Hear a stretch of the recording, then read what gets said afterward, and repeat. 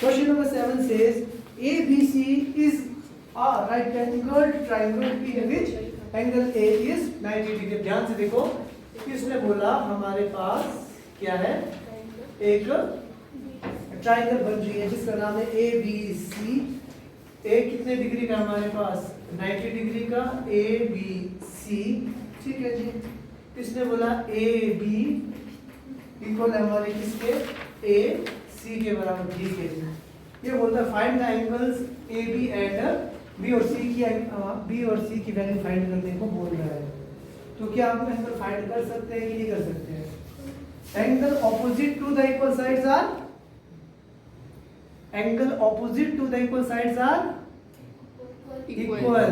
अगर ये दोनों साइड इक्वल, इनके ऑपोजिट एंगल भी क्या होंगे, आपस में इक्वल, तो क्या मैं इस एंगल को फाइंड कर सकता हूँ कि नहीं कर सकता हूँ?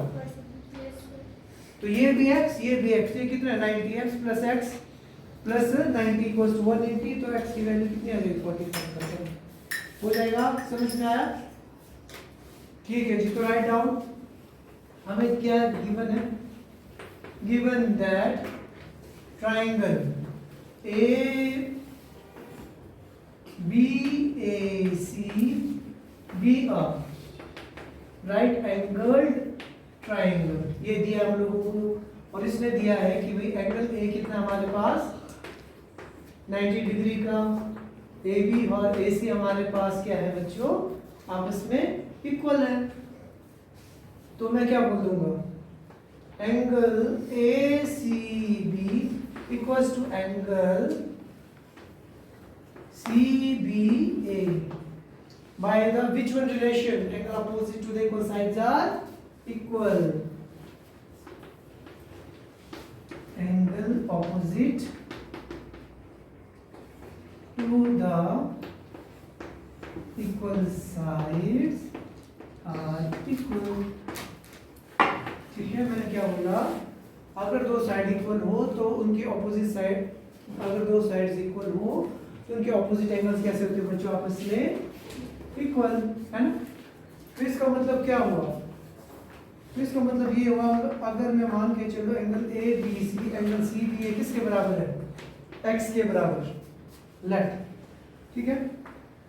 मैंने माना ये तीनों किसके बराबर है, आपके x के बराबर, तो क्या होगा, इन ट्राइंगल ABC एंगल, सबसे पहले मैं इस वाले एंगल को लिख रहा हूं, तो क्या लिख दूंगा मैं, ACB प्लस ये वाला एंगल क्या, इसको लिखना है CBA प्लस एंगल BAC। कितने डिग्री का होगा, ट्राइंगल के तीनों एंगल का सम क्या होता है 180 डिग्री, एंगल सम। समझ में आया सबको? हमने क्या किया, मैंने पहले इस वाले एंगल को लिखा, उसके बाद इसको आप इसमें डायरेक्टली लिख सकते हैं, angle C plus B plus A भी कर सकते हैं डायरेक्ट, ठीक है। अच्छा जी, AC किसके बराबर था, AC की वैल्यू क्या मानी मैंने, x, CBA की वैल्यू कितनी मानी x, BAC कितना है हमारे पास 90 डिग्री, तो क्या आ जाएगा 2x पॉजिटिव 90 और 1 पर चला जाएगा, तो क्या हो जाएगा पॉजिटिव की नेगेटिव, पॉजिटिव है तो नेगेटिव हो जाएगा, 180 में 90 माइनस करोगे कितना बचेगा 90 बचेगा आपके पास। तो x की वैल्यू कितनी आ गई हमारे पास 90 divided by 2, that is how much 45 degree. तो x की वैल्यू कितनी आ गई मेरे पास 45 डिग्री। देयरफॉर एंगल B और एंगल C की वैल्यू कितनी आ गई हमारे पास 45। So we can say angle ACB equals to angle CBA, which is equals to how much 45 degree. That's it. Question finish. Question number 8 says show that the angles of an equilateral triangles are 60 degree। इसने बोला हम लोगों को एक equilateral triangle दी है। Equilateral triangle की खास बात क्या होती है, ऐसी ट्रायंगल जिसकी तीनों की तीन एंगल कैसे होंगे आपस में इक्वल, एंगल की साइड। इसने बोला show that the angles of equilateral, ठीक है। हमें दिया ये ट्रायंगल कैसी है इक्विलेटरल है। इक्विलेटरल है अगर ये ट्रायंगल तो इसका मतलब क्या होगा तीनों की तीनों साइड्स आपस में इक्वल होंगी, ठीक है। अब हमने क्या करना है, अगर देखो ये दोनों साइड्स इक्वल तो इसके ऑपोजिट ये वाला एंगल और ये वाला एंगल आपस में इक्वल होगा, वैसे वैसे करके कर लेंगे, ठीक है। तो देखते हैं क्या करना है हमें। तो गिवन दैट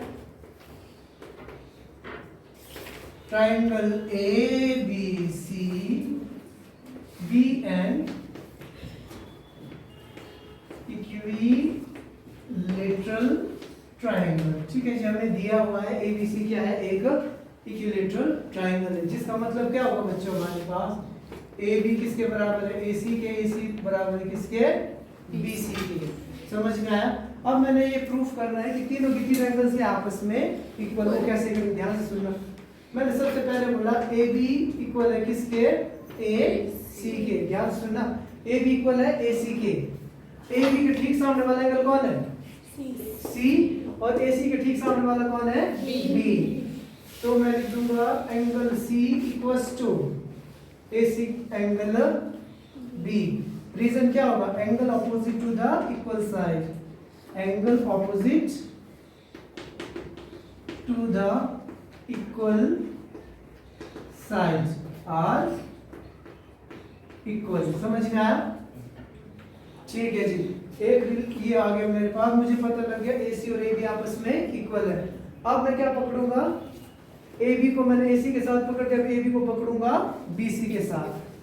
तो मैं लिखूंगा AB equals to BC। AB के ऑपोजिट कौन है जी, एंगल C है ना, और BC के यहाँ देखो कौन कौन सी साइड पकड़ी मैंने, AB और BC है ना।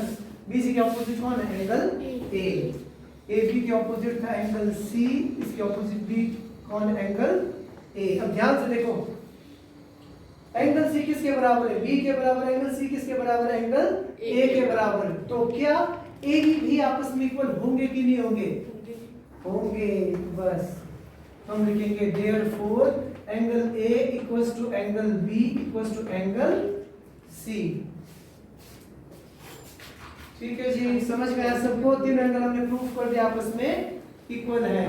तो मैं क्या लिखूंगा, तो मैं लिखूंगा angle A therefore angle A plus angle B plus angle C equals to 180 degree. चलो लिख दो, in triangle ABC angle A plus angle B plus angle C equals to 180 degree. क्यों है 180 डिग्री, बाय कौन सा रूल, एंगल सम प्रॉपर्टी। इसको लिखते रहा कीजिए, फिर याद रहेगा आपको बाद में ना।